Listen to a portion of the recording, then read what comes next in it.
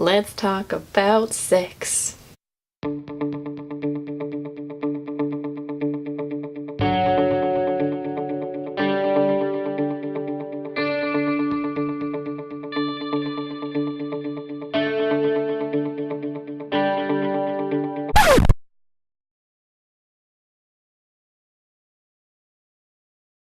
Hey guys, it's Grace, and today I am filming on my new lens with my new microphone that I got for my birthday.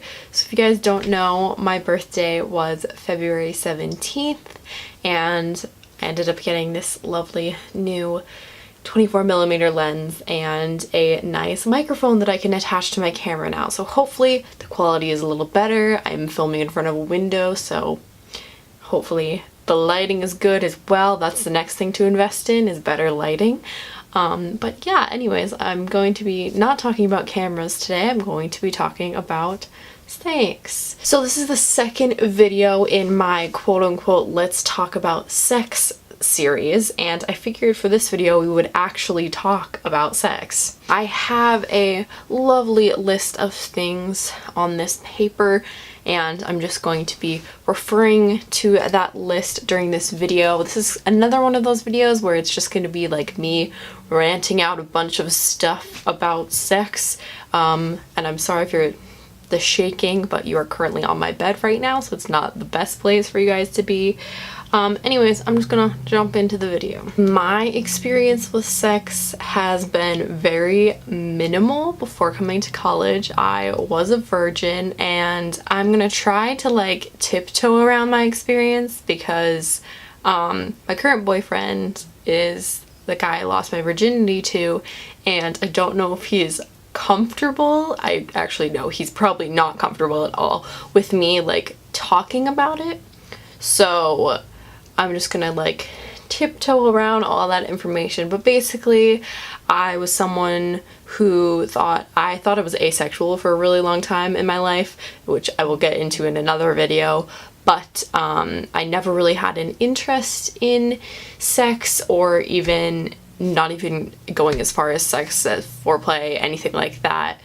Never really had an interest, didn't have much experience with it. So that's kind of me and my experience, or lack thereof, with sex. But since coming to college, I've had a little bit more experience, obviously, and I just have some things that I wanted to talk about, whether you've had sex before or you have not. I definitely say that the most important thing, whether you're having sex before marriage or in a relationship or outside a relationship, is not doing anything until you're sure you're absolutely ready.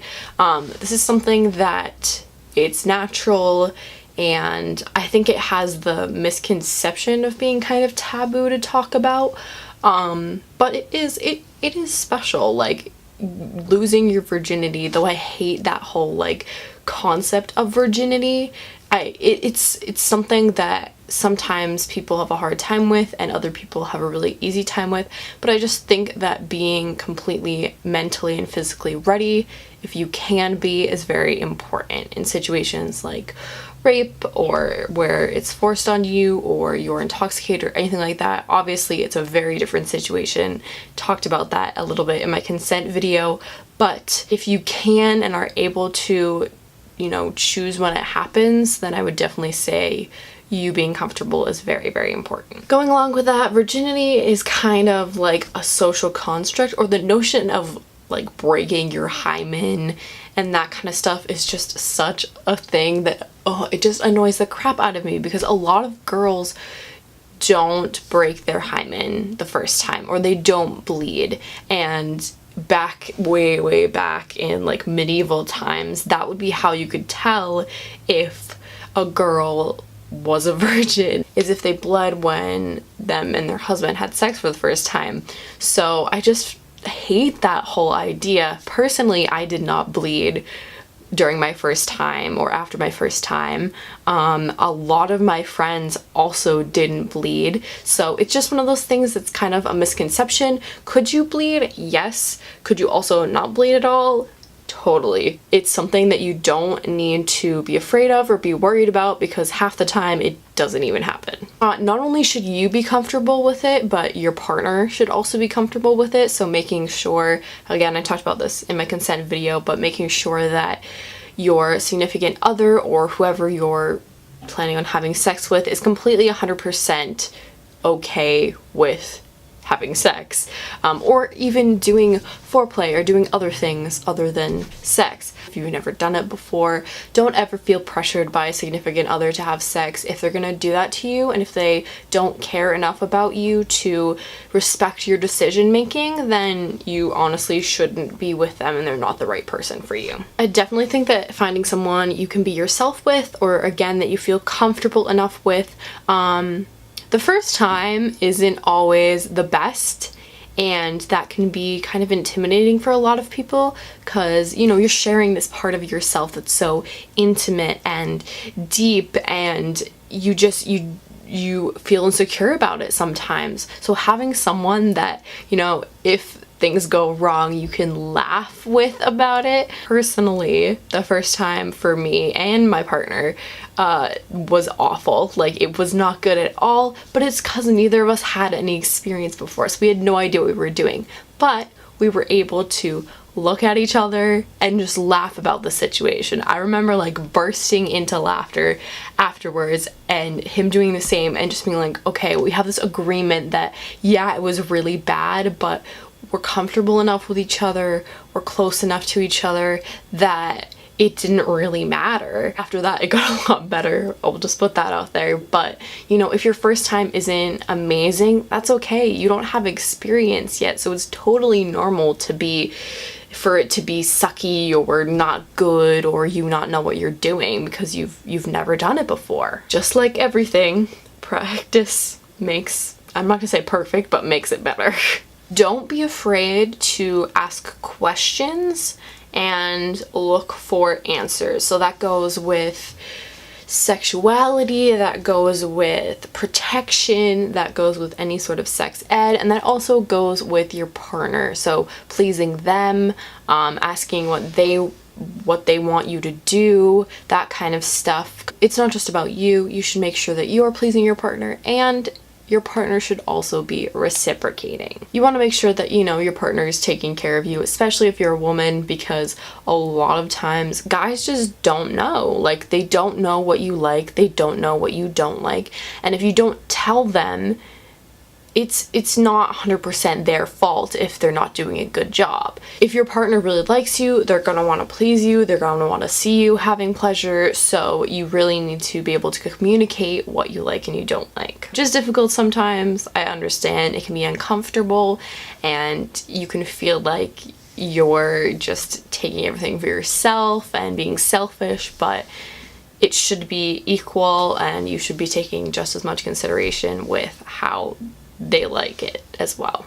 Don't believe in waiting until marriage, but I do believe in waiting until you find someone who you are comfortable enough with to share that aspect of you. Someone you truly love or truly feel comfortable with. That was something that was very important to me. And you know, it also depends on your personality. Some people don't want that attachment. Some people want to just get it over with and totally don't want to be associated with the person who they were with for the first time. But me and my personality, I really wanted someone who I knew I would connect with and be able to develop like an actual emotional connection to. That's what I wanted. And I think that's kind of why I thought I was asexual, because I never really had any sexual feelings for anyone. Another aspect, something that I really want to stress, is that it is your body and it's your decision what you do with it.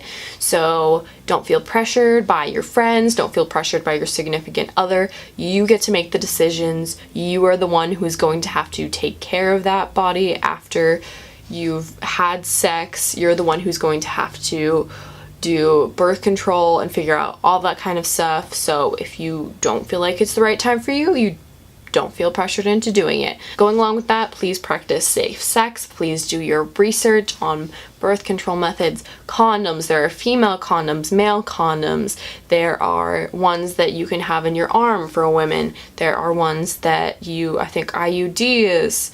There are pill birth control. I believe there's shots as well. All of that stuff you definitely need to look into if you don't want to get pregnant and if you don't want to get sexually transmitted diseases.